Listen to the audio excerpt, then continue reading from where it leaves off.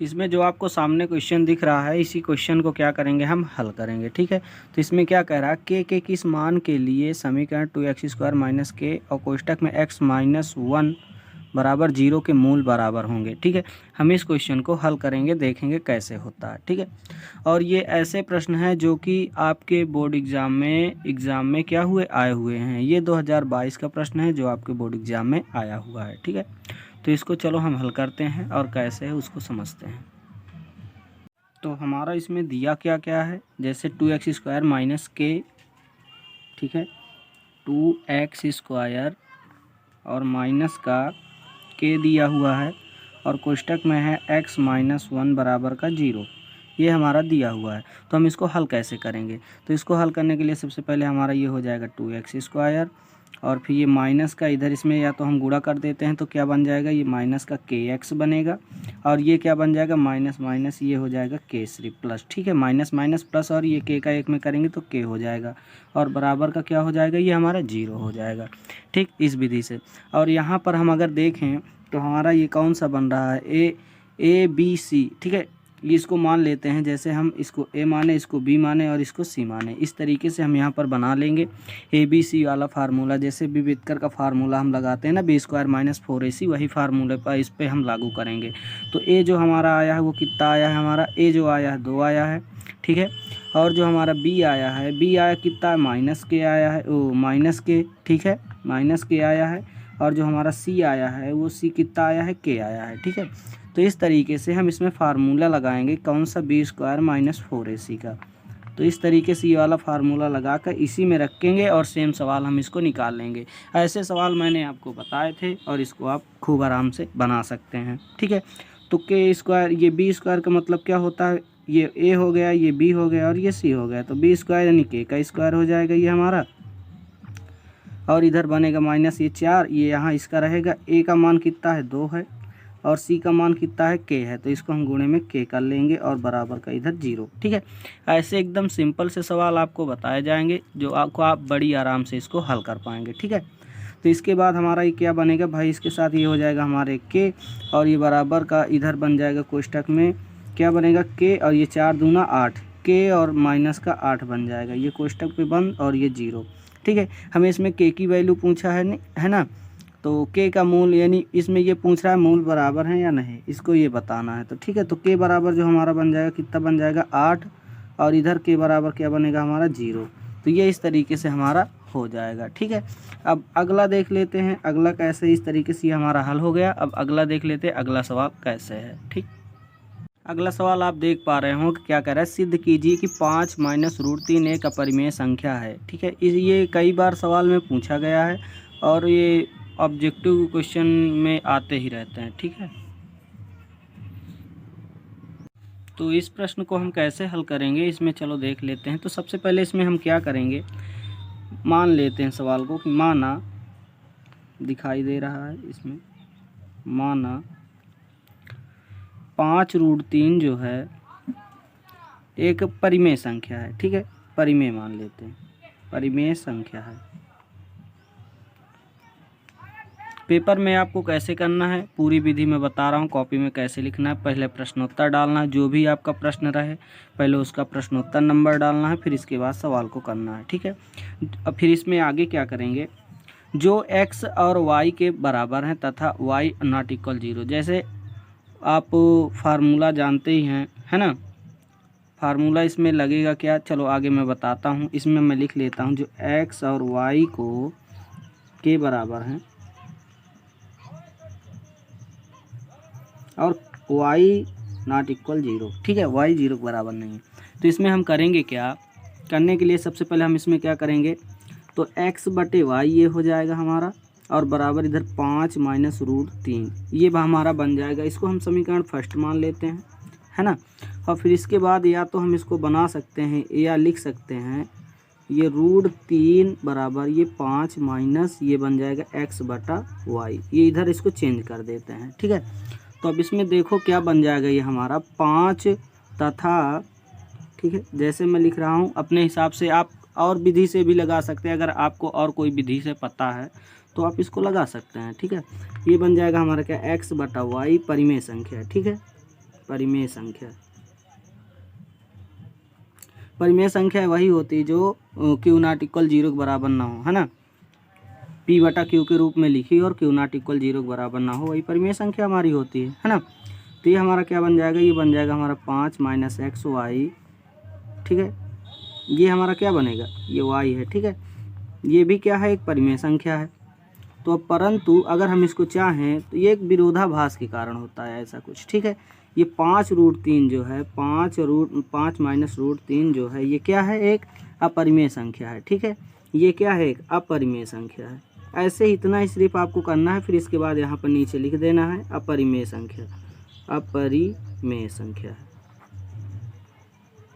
ये आपका ऐसा प्रश्न हल हो जाएगा, ठीक है। अगला क्वेश्चन कैसे है उसको भी देखते हैं। अगला प्रश्न हमारा देख पा रहे होंगे, एक वृत्त के चतुर्थांश का क्षेत्रफल ज्ञात कीजिए जिसकी परिधि 44 सेंटीमीटर है। इसको हमको क्या करना है, ज्ञात करना है, ठीक है। अगला प्रश्न है हमारा, तो इसको हम सबसे पहले कैसे लिखेंगे, तो इसमें वृत्त की परिधि, ठीक है, वृत्त की परिधि। तो ये हो जाएगा हमारा क्या, वृत्त की परिधि। वृत्त की परिधि क्या होती है भैया, हमारी पाई आर, 2 पाई आर, ठीक है। ये हो जाएगी हमारी 2 पाई आर, ये हमारी वृत्त की परिधि। ये कितना दिया हुआ है, 44 सेंटीमीटर, 44 सेंटीमीटर हमारा दिया हुआ है। इसके बाद हम इसमें क्या करेंगे भाई, देखो अब फार्मूले के हिसाब से ये 2 हमारा हो जाएगा, पाई का मान कितना होता है, 22/7 होता है। ये 22/7 ये हमारा हो जाएगा। आर का मान अभी कुछ नहीं, तो इसको आर हम अभी ऐसे रखते हैं, ये कितना है, 44 सेंटीमीटर, ठीक। ये इस तरीके से। अब आर जो आर को ही हमें निकालना है, तो आर बराबर क्या हो जाएगा, 44, और ये हो जाएगा गुणते 7, ये ऊपर पहुंच जाएगा, 22 दूनी 44, इसका ये गुणा हो जाएगा, 7 ऊपर पहुंच जाएगा। अब बटे में ये हो जाएगा 2 गुणते 22, ठीक है। ये चाहे हम इसको ऐसे कर लेते हैं, ठीक है। ये इतना बना हमारा, और सेंटीमीटर। तो इसको अगर हम काटेंगे तो ये से ये काटेगा 22 से 22 दून 44, ये 2 बार, ये इससे काटेगा तो कितना हमारा बचेगा, ये सिर्फ 7 बचेगा, ठीक है। चाहो तो आप काट लो, है ना। तो ये हमारा कितना बचा, 7 सेंटीमीटर। तो हमारा क्या आया, आर 7 आया, ठीक है। वृत्त के चतुर्थांश का क्षेत्रफल अब क्या होता है, वृत्त के चतुर्थांश का, ठीक है। तो वृत्त के जो चतुर्थांश होते हैं, वृत्त का चतुर्थांश,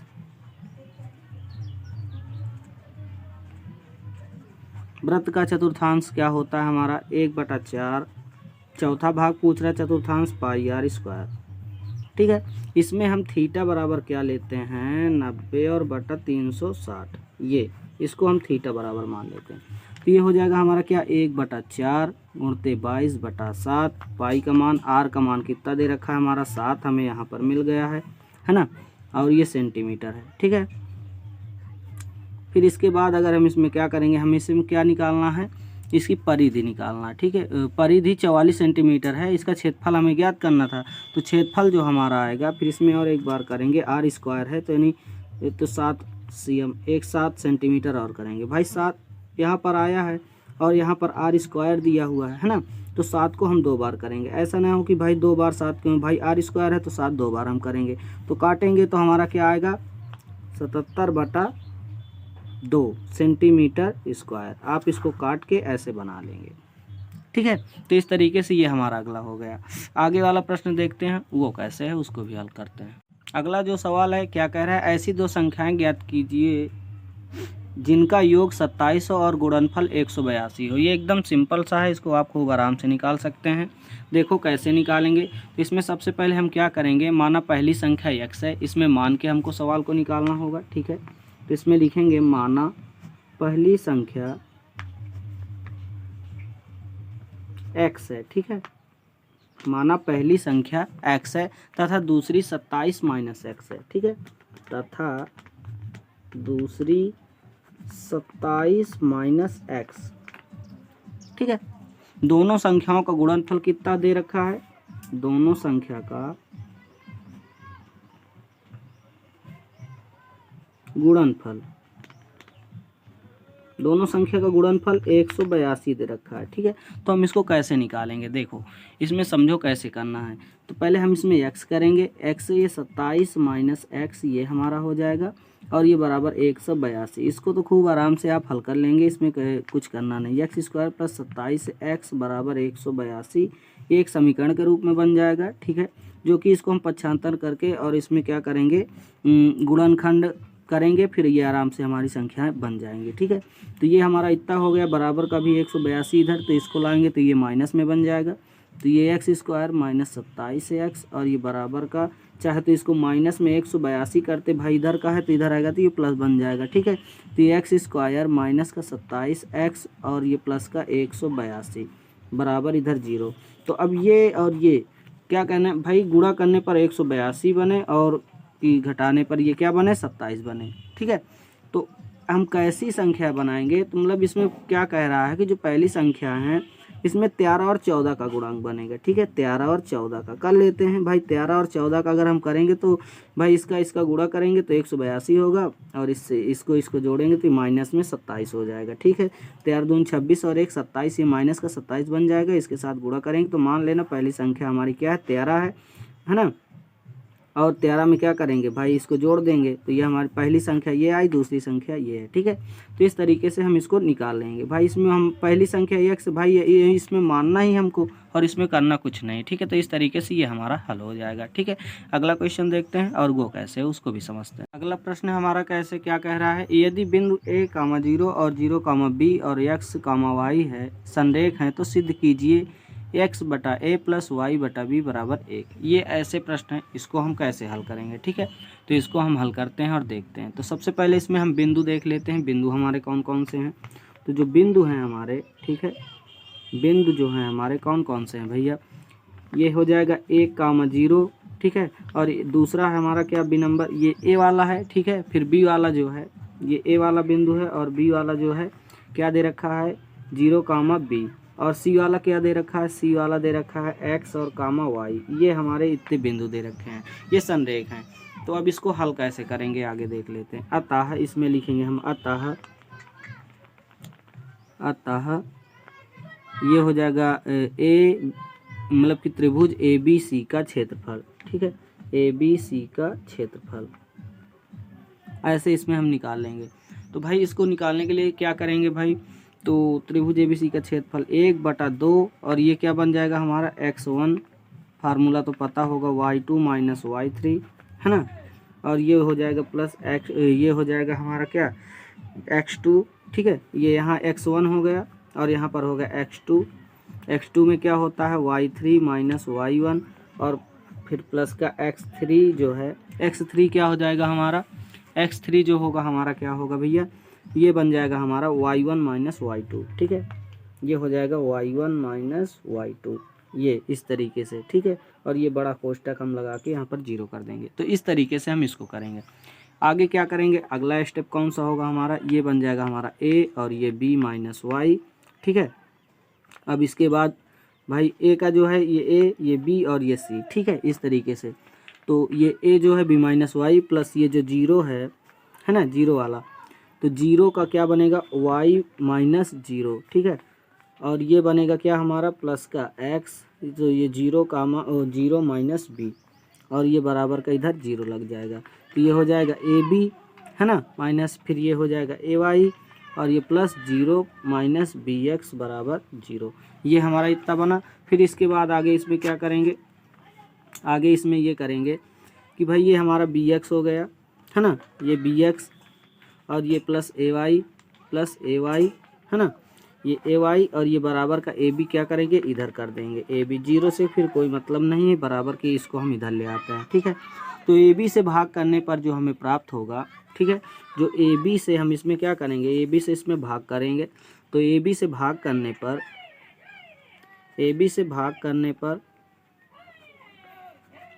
हमारा क्या बनेगा, एक्स बटा ए प्लस वाई बटा बी और बराबर का 1, इधर एक हो जाएगा। और ये इतना ही हमें सिद्ध करना था, इसको हमने ऐसे निकाल लिया। ठीक है, ऐसे। अगला प्रश्न आप देख पा रहे होंगे कि इसमें जो दिया हुआ है क्या कह रहा है, सिद्ध कीजिए cot A minus cos A बटे cot A plus cos A बराबर cosec A minus A cosec A plus A. ये हमारे पास क्वेश्चन है, इसको हम कैसे हल करेंगे। छोटा सा है, इसको हल कर लेते हैं, ठीक है। तो LHS बराबर RHS वाला वही इसमें लगाएंगे, तो LHS होगा। LHS क्या दे रखा है हमारा, कॉट ए माइनस कॉस ए, ठीक, बटा कॉट ए, ठीक है, प्लस कॉस ए बराबर इधर क्या हो जाएगा हमारा, कॉस ए बटा साइन ए। इसको हम ऐसे बना रहे हैं कॉस ए को, ठीक है, और माइनस ये कॉस ए, कॉट को हम ऐसे भी कर सकते हैं, ठीक है। तो ये हो जाएगा हमारा क्या, माइनस ये बटे में हो जाएगा, यहाँ पर माइनस होगा क्या, कॉस ए, और इधर नीचे भी हो जाएगा वही कॉस ए और बटा में साइन ए, ठीक है, और ये प्लस का कॉस है, ठीक। समझ में आ रहा है कैसे क्या करना है हमको। अब इसके बाद ये हमारा क्या बनेगा, ये बन जाएगा हमारा 1 और साइन ए और ये माइनस का 1 बटा में इसका भाई वही मान होगा, ठीक है। तो ये 1 बटा साइन ए प्लस का 1, भाई जैसे फार्मूला कह रहा है उसी तरीके से इसको रखते जाइए और आराम से वो अपना आता रहेगा। तो भाई 1 बटा साइन ए क्या होता है, कॉसेक ए, है ना, सॉरी कॉसेक ए, और ये माइनस का 1 तो ये माइनस का 1 बटा 1 बटा साइन ए, तो ये भी कॉसेक ए, और ये प्लस का 1 है तो यहाँ पर प्लस लगा दिए। और हमसे पूछ क्या रहा था जो सवाल में, भाई LHS बराबर ये RHS आ गया, यही हमको क्या करना था, सिद्ध करना था, और इसको हमने निकाल लिया, ठीक है। तो ये छोटा सा था, इसमें कुछ ज़्यादा करना नहीं था, फार्मूला ऐसे करना है। थोड़ा सा फार्मूला अगर आपको पता है तो इनको आप चेंज करके बना सकते हैं। मैंने ऑलरेडी फार्मूला डाला था, है ना, कि कौन सा फार्मूला कैसे चेंज होगा, तो हम इसको बता दिए। आगे का क्वेश्चन क्या है उसको भी देख लेते हैं। आगे का जो प्रश्न है ये कह रहा है 2 वृत्तों की त्रिज्या क्रमशः 8 सेंटीमीटर और 6 सेंटीमीटर है। उस वृत्त की त्रिज्या ज्ञात कीजिए जिनका क्षेत्रफल इन दोनों वृत्तों के क्षेत्रफल का योग में बराबर है, ठीक है। तो ये हमारे पास प्रश्न है, इसको हम कैसे हल करेंगे थोड़ा सा हम इसको देख लेते हैं। तो हम हल करेंगे, सबसे पहले इसमें हम क्या लिखेंगे, जब पहले वृत्त की त्रिज्या 8 सेंटीमीटर हो तो दूसरे वृत्त का जो पहले वृत्त का है क्षेत्रफल वो A1, ठीक है, एरिया निकाल लेते हैं, ठीक है। तो इसमें हम करेंगे क्या, लिख लेते हैं कि भाई जब पहले वृत्त की त्रिज्या, ठीक, जब पहले वृत्त की त्रिज्या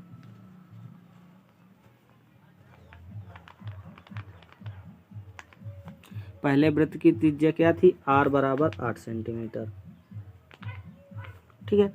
तो पहले वृत्त का क्षेत्रफल क्या होगा, यानी एरिया क्या होगा, A1 होगा, ठीक है। तो जो क्षेत्रफल होगा इसका क्या होगा, एरिया जो है A1 होगा, है ना, A1 बराबर AR², एरिया R² होता है, ठीक है। अब देखो इसमें फार्मूला क्या है हमारा, तो फार्मूला ये है, ये पाई हो गया हमारा, और पाई आर का वैल्यू कितना है, 8 है ना। तो आर का यानी 8 का स्क्वायर कर देंगे, 8 का स्क्वायर करेंगे, और तो ये हो जाएगा कितना, 8 अठाई 64, तो 64 पाई, ठीक है, पाई सेंटीमीटर स्क्वायर। तो ये हो जाएगा हमारा क्या, 64 पाई सेंटीमीटर स्क्वायर। ये हमारा इतना निकल आया पहले का। अब दूसरे वृत्त की त्रिज्या जो 6 है ना, तो दूसरे की निकालेंगे। तो दूसरे की जब निकालेंगे तो उसकी कितनी दी हुई है, R बराबर 6 दे रखा है, ये एक स्मॉल तो एक कैपिटल R, ठीक है। दोनों का अगर निकालेंगे तो थोड़ा सा चेंज कर देंगे, अगर 2 वृत्तों का निकाल रहे हैं तो हम एक स्मॉल कर लेंगे, एक कैपिटल कर लेंगे, ठीक है। तो इसका A2 यानी एरिया जो दूसरा वाला एरिया है, ठीक है, तो ये क्या होगा, पाई R², ठीक है। तो पाई R² ये हो जाएगा। तो भाई इसका 6 दे रखा है, तो ये हो जाएगा हमारा क्या, पाई और R का मान 6 दे रखा है, तो 6 का स्क्वायर करेंगे तो 6 छंग 36 हो जाएगा, ठीक है। तो ये क्या बन जाएगा हमारा, 36 पाई, और ये हो जाएगा सेंटीमीटर स्क्वायर, ठीक है। तो ये हमारा दूसरा निकल आया, और ये हमारा पहला था, ठीक है।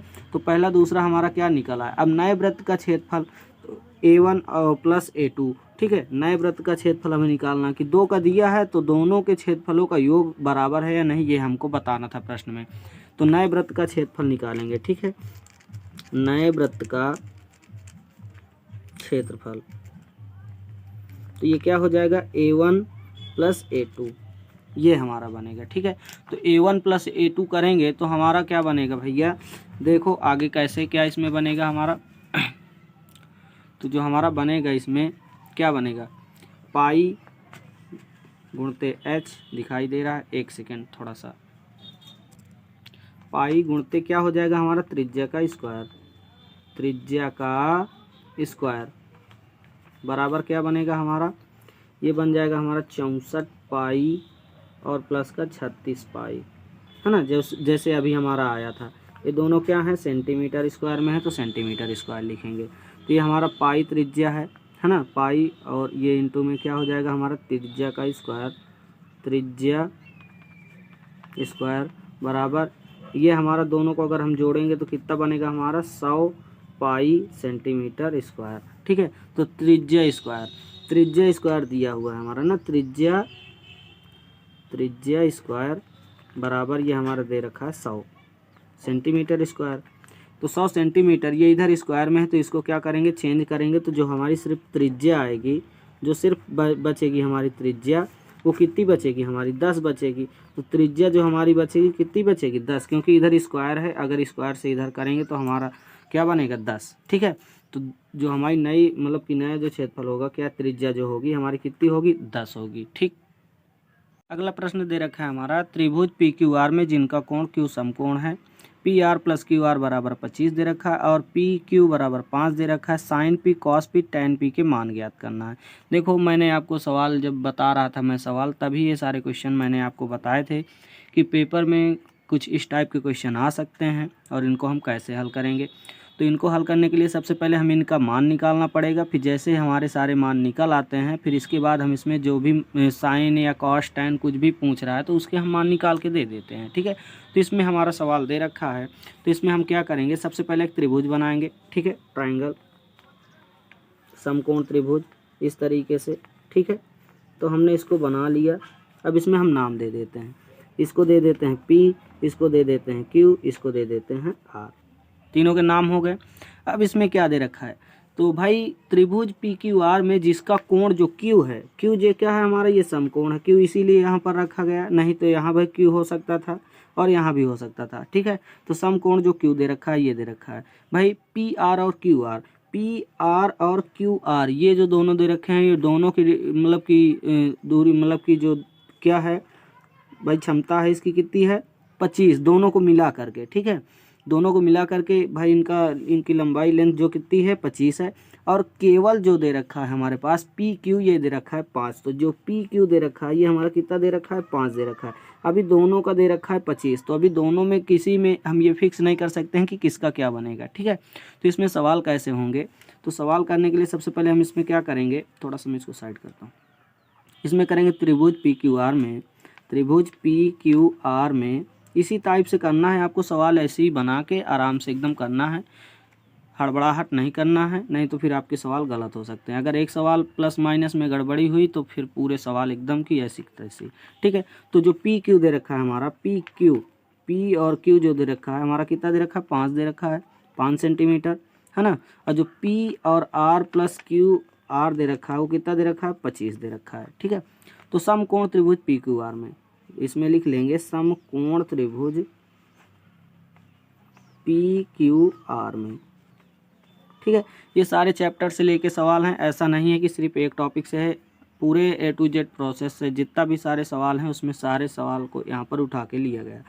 तो फार्मूला वही आपको पता है, K square L square M square, K square L square A square. ठीक है, तो इस तरीके से यही फार्मूला लगाएंगे। तो जो हमारा इसका है ये जैसे पी आर है ना, तो पी आर का स्क्वायर, पी आर का स्क्वायर बराबर पी क्यू का स्क्वायर, है ना, और प्लस क्यू आर का स्क्वायर, ये तो इतना हमारा दिया हुआ है। तो अब इसमें क्या लगाएंगे, पाइथागोरस प्रमेय, पीजीपी। ठीक है, पीजीपी यही वाला फार्मूला लगा के, तो पी आर स्क्वायर को हम लिखते हैं भाई पी क्यू का मान कितना है 5 दे रखा है, तो 5 का स्क्वायर।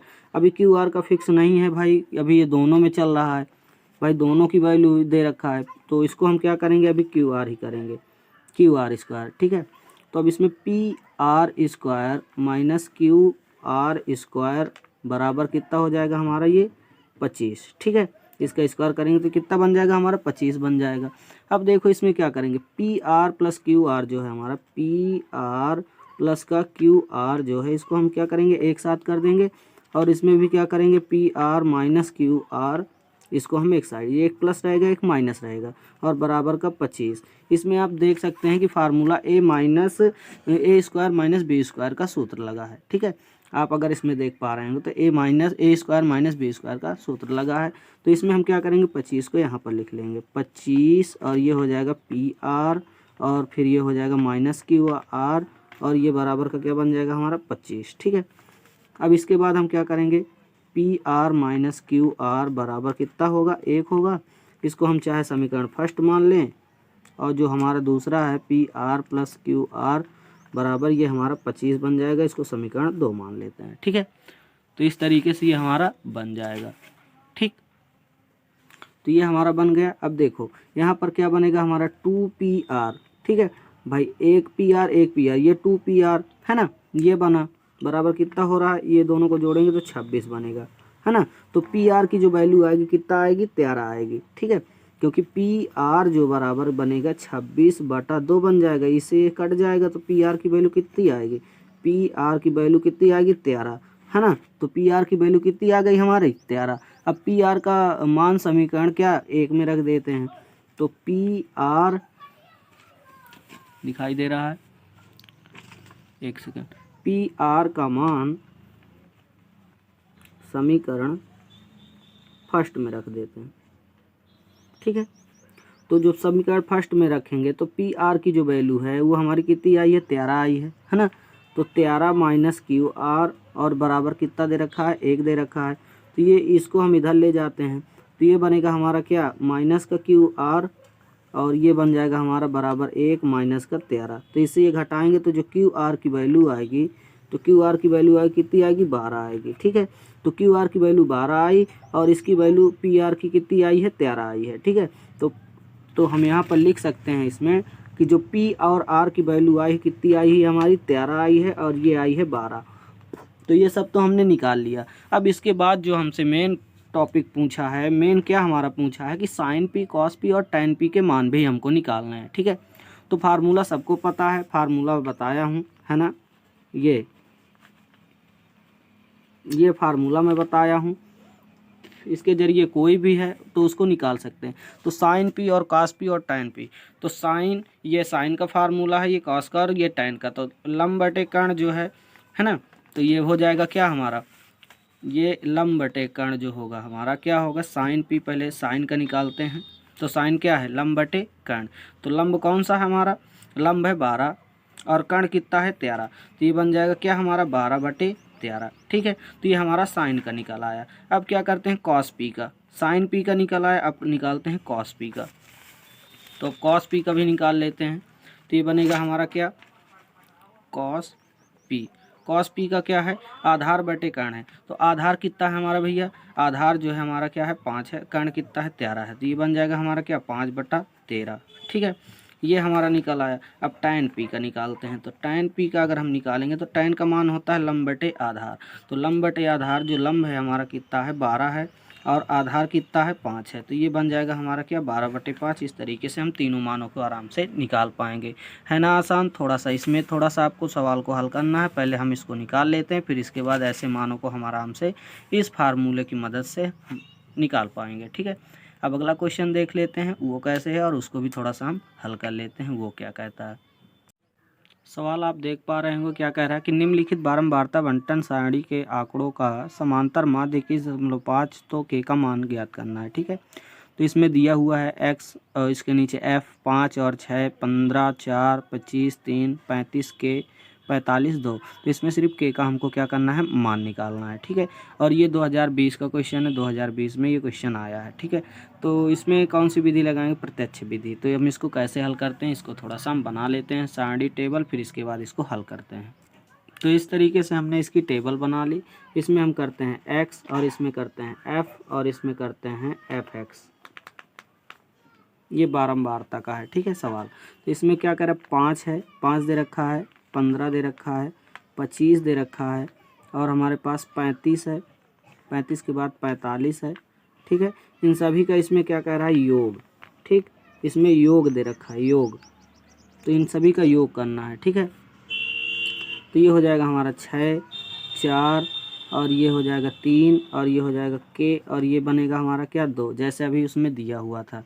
अब इनका गुणा करते हैं, तो गुणा करने के लिए 5 और 6 का 5 गुणते 6 ये हो जाएगा 30 और ये 15 गुणते 4 15 चौको 60 ये हो जाएगा 25 गुणते 3 25 गुणते 3 25 3 75 और ये बन जाएगा हमारा 35 गुणते के, ठीक है। तो ये हो जाएगा हमारा 35 के, है ना, और ये हो जाएगा हमारा 45 गुणते 2, तो 45 दूनी 90, ये इस तरीके से।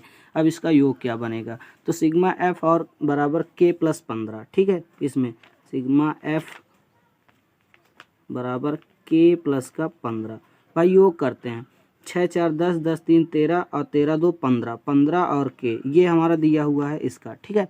अब आगे देखते हैं, तो इसमें क्या है, सिग्मा एफ और ये क्या बन जाएगा हमारा एक्स बराबर 225 वो 255 55 होगा, 255 है ये हमारा, और प्लस का ही 35 के। इन सभी का योग करेंगे 90 75 60, तो इस 60 30 90 और 90 180 और 180 और 75 255 ये हो गया और 35 के ये हमारा बन गया। आंकड़ों का माध्य निकालना है। अब देखो इसमें आगे क्या करेंगे, थोड़ा सा आंकड़ों का माध्य निकालेंगे। यहाँ हम लिख लेते हैं आंकड़ों का माध्य, ठीक है। तो इसमें क्या हो जाएगा हमारा, ये जो बनेगा हमारा सिग्मा एफ एक्स बटे सिग्मा एफ बराबर कितना दे रखा है 21.5 ना, तो बराबर कितना बन रहा है हमारा 225 प्लस का 35 के, और बटा में जो बन रहा है हमारा के प्लस का 15, वो जो आया था अभी, है ना। तो इसको हम रखेंगे, ये बनेगा हमारा क्या 21.5 के प्लस का 322.5 बराबर 255 और प्लस का हमारा ये 35 के जो आया है, ठीक है। इसको हम क्या करेंगे, जोड़ेंगे, इधर वाला जोड़ेंगे, इसको इधर माइनस कर लेंगे, तो 322.5 माइनस का 255 और ये बन जाएगा हमारा क्या 35 के माइनस 21.5 के, इसको इधर ले आए, ठीक है। अब इसके बाद ये बना क्या हमारा 67.5 है ना, 67.5 बराबर ये 13.5 के, ये इस तरीके से बना। तो हमें के का मान ही निकालना था, है ना। उसमें के का मान अगर हम के को यहाँ पर करेंगे तो के बराबर 67.5 बटे में क्या बन जाएगा 13.5। अगर हम इसको देखेंगे तो ये हमारा क्या बनेगा 5, ठीक है। तो ये हमारा इतना आ जाएगा, ठीक है। और यही इसको क्या करना था, हमको हल करना था।